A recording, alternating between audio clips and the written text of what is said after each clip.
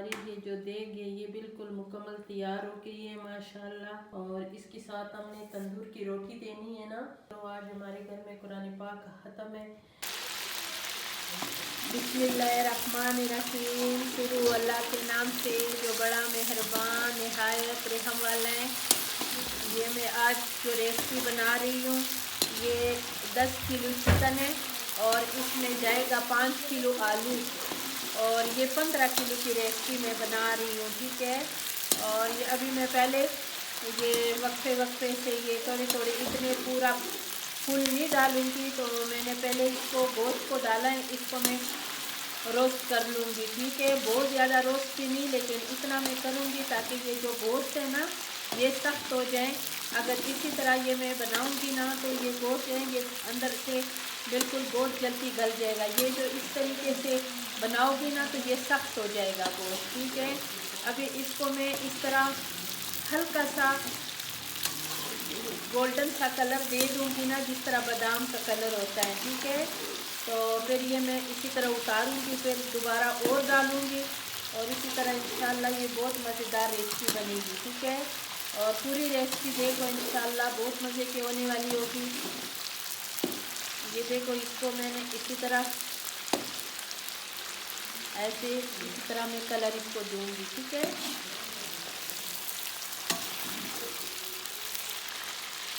अब बस मैंने इसी तरीके से ये देखो बस इतने ये हो गई है ना, इस तरह इसमें गोल्डन सा कलर आ गए और इसको मैं अभी उतार लूँगी, ठीक है। ये बहुत मज़ेदार कौरमा बनेगा इंशाल्लाह। और ये आप इसकी पूरी रेसिपी देखें।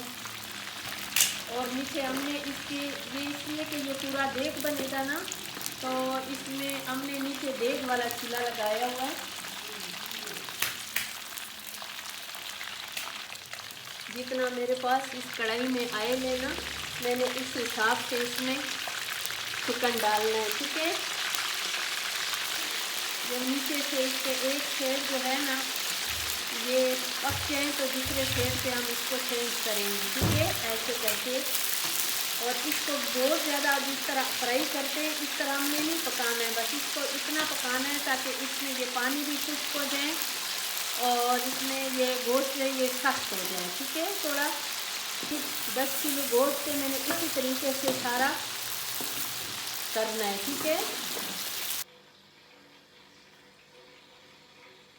अभी इसमें मैं डालूँगी ये 3 किलो टमाटर और ये मसाले, मिक्स मसाला, कुटा हुआ ज़ीरा, मोटी इलायची, दालचीनी, लौंग, ये सब मसाले इसमें शामिल है, ठीक है। कुछ धनिया, कश्मीरी लाल पाउडर,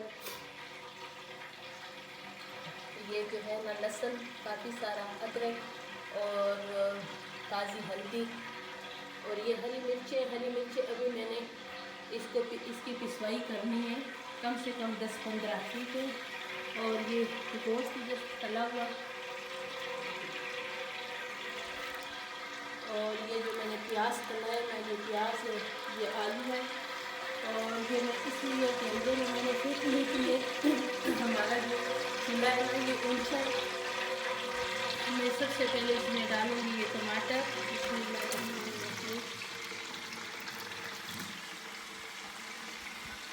और इस टमाटर को मिक्स करना है।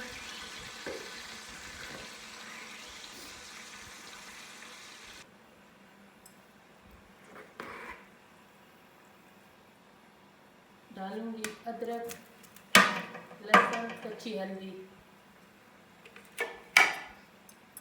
और इस टमाटरों के साथ अच्छी तरह मैंने इसको अदरक, लहसुन और हल्दी, ठीक है। अदरक मैंने इसमें डाला है 1 चिटाकी और लहसुन मैंने इसमें डाला है 6-7 तोरी जो बड़े बड़े होते हैं ना, और कच्ची हल्दी मैंने डाली है, वो भी डाली है काफ़ी सारा, ठीक है। तो इसकी मैं अच्छी तरह भी बुनाई करूँगी, साथ साथ में और तैयारी भी करूँगी, ठीक है।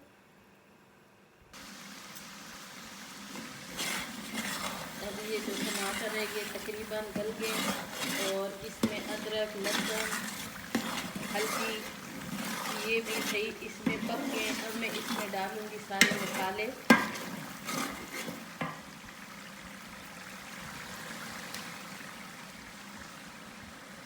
बिस्मिल्लाहिर्रहमानिर्रहीम। ये मसाले डाल दूँ। मसालों को भी अच्छी तरह भी मैंने बुनाई करनी है। और अभी आपने देख के साथ ही रहना है, इसलिए कि अगर जब मसाले डालो ना तो इसमें ये चमचा हिलाना बहुत ज़रूरी है, इसलिए कि ये बहुत समझो 18-19 किलो बनती हैं, तो ताकि इसके मसाले बिल्कुल नीचे ना लगे। और इस मसालों को अच्छी तरह मिक्सिंग करनी है और फिर इसकी अच्छी तरह बुनाई करनी है। इस मसालों को मैंने 8 मिनट बुनाई करनी है, ठीक है। ये मसालों की अच्छी तरह इसकी बुनाई हो गई है। ये देखो इसकी इतनी मज़ेदार इसकी इंशाल्लाह ग्रेवी बनेगी।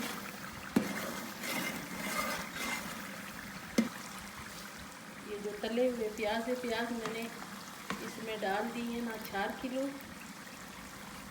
इसको भी अच्छी तरह मिक्स करेंगे और इस प्याज को भी मैंने इसी मसालों में 8 मिनट बुनाई करनी है।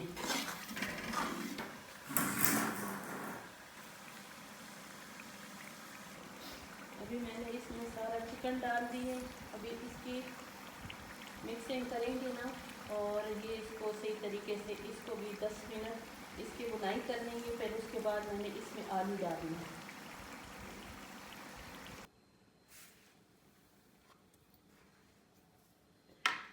ये हमारी ये जो देग है ये बिल्कुल मुकम्मल तैयार हो गई है माशाल्लाह। और इसके साथ हमने तंदूर की रोटी देनी है ना। अगर ये इसको हम ज़्यादा खुश करें तो तंदूर की रोटी के साथ बिल्कुल नहीं अच्छा लगेगा। और मेरी रेसिपी पसंद आई तो मेरी वीडियो को ज़रूर लाइक शेयर करो, मेरे चैनल को सब्सक्राइब करो। आज हमारे घर में कुरान पाक ख़त्म है तो हम सब के लिए दुआ करेंगे इंशाल्लाह। आप लोग हमारे लिए दुआ करो। जिस मकसद के लिए मैंने ये कुरान पाक की ख़त्म रखा हुआ है तो आप सब दुआ करो हमारे लिए कि वो हमारे लिए खैर से हो, खैर बरकत से हो और मेरा मालिक सबके अच्छा हो, सबके लिए अच्छा हो, हमारे बच्चों के लिए भी अच्छा हो। मेरा पाक परवरदिगार मौला सजाद के वसीले से सबका वसीला बनाए, मेरे बच्चों का भी वसीला बनाए। मेरे मालिक मौला हुसैन के वसीले से सबकी परेशानियां बीमारियां दूर कर दे और मेरे बच्चों की भी। और मेरे मालिक खालिक सबकी दिल मुराद पूरे करे, जो जायज़ ख्वाहिश जिस के भी हो मेरे मालिक सबके पूरे करे मेरे बच्चों समेत।